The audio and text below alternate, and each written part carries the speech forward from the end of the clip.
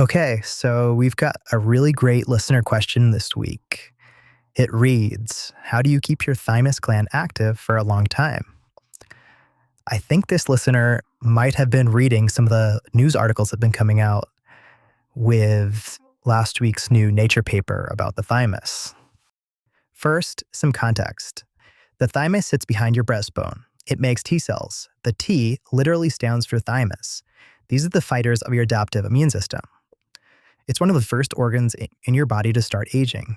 After puberty, it starts shrinking and is replaced by fat. By middle age, most of the thymus is gone. For a long time, the thymus was often dismissed as less important, with the theory that T cells produced in your youth can be maintained outside the thymus. But last week, a study came out in Nature challenging that belief. Researchers used AI to analyze CT scans from over 27,000 adults. People with healthier thymuses had roughly half the risk of dying of any cause, 63% lower cardiovascular disease, 36% lower lung cancer risk. These associations held even after adjusting for age, sex, and other comorbidities. This study also found that thymic health tracked with metabolic markers. Higher HDL was associated with better thymic health. Higher triglycerides, fasting glucose, and blood pressure were all associated with worse thymic health. So was higher BMI and chronic inflammation. Smoking was linked to lower thymic health, lower physical activity, same thing. The thymus appears to reflect your metabolic health. There's a wide range of research. While all evidence has value, I want to use a simple framework. This is the evidence pyramid. It ranks research by reliability. Meta-analyses and randomized control trials are the most trustworthy. Anecdotes are the least reliable. The Nature paper we just talked about, it's a level 3. While it's very well done, it's still an observational study and cannot show causality, only associations.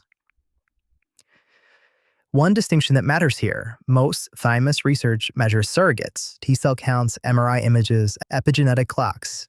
The Nature study is different. It measures hard outcomes, actual death, actual cancer, actual cardiovascular events. That's significant. But it's observational. It shows associations, not proof or causation. The authors say so directly. The strongest interventional evidence is the CALERIE trial.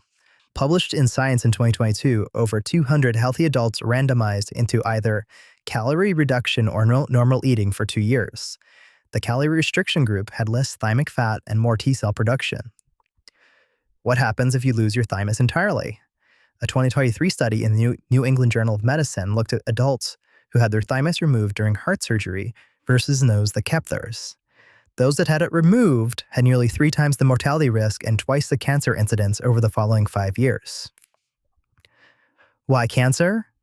Your T cells patrol the body for abnormal cells. T cells recognize and kill cells with abnormal surface proteins, which is what cancer cells display. A second study from the same group was also published the same week in Nature. Over 3,400 cancer patients on immunotherapy. Patients with healthier thymuses responded better to treatment. This may also help explain something studied elsewhere, why regular exercise is associated with lower cancer risk. If exercise preserves the thymus and the thymus supplies the T cells that catch cancer early, that's a plausible chain from physical activity to immune surveillance. That's consistent with the cyclists study. 125 lifelong cyclists aged 55 to 79. Their new T cell production matched people in their 20s. Sedentary peers had far less. But a separate study of elite endurance athletes found the opposite, depleted thymic output. There seems to be a sweet spot. Lifelong moderate activity appears protective. Extreme training may not. And then there's chronic stress. A study of over 5,700 adults found that lifetime trauma and chronic stress were linked to fewer naive T cells. Stress raises cortisol, and cortisol is directly toxic to developing thymocytes. And obesity appears to accelerate thymic destruction. In mice, high-fat diets turned the thymus into fat. The Nature study confirms the human side. Higher BMI, worse thymic health. Then there is the study that gets a lot of attention, the TRIM trial, which studied growth hormone, DHEA, and metformin, published in 2019, 9 people and no control group, funded by the lead researcher's company.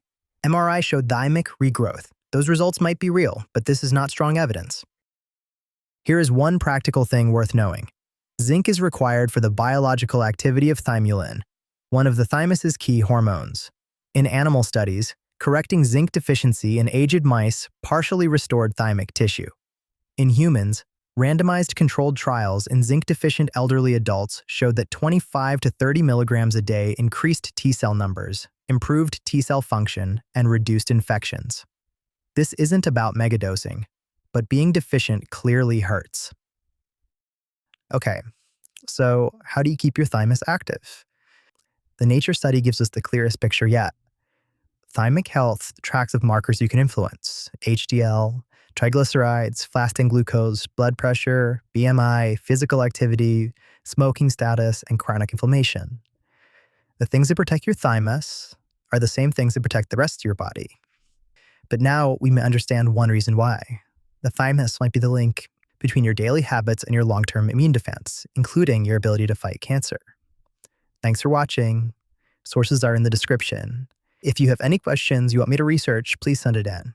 See you next time.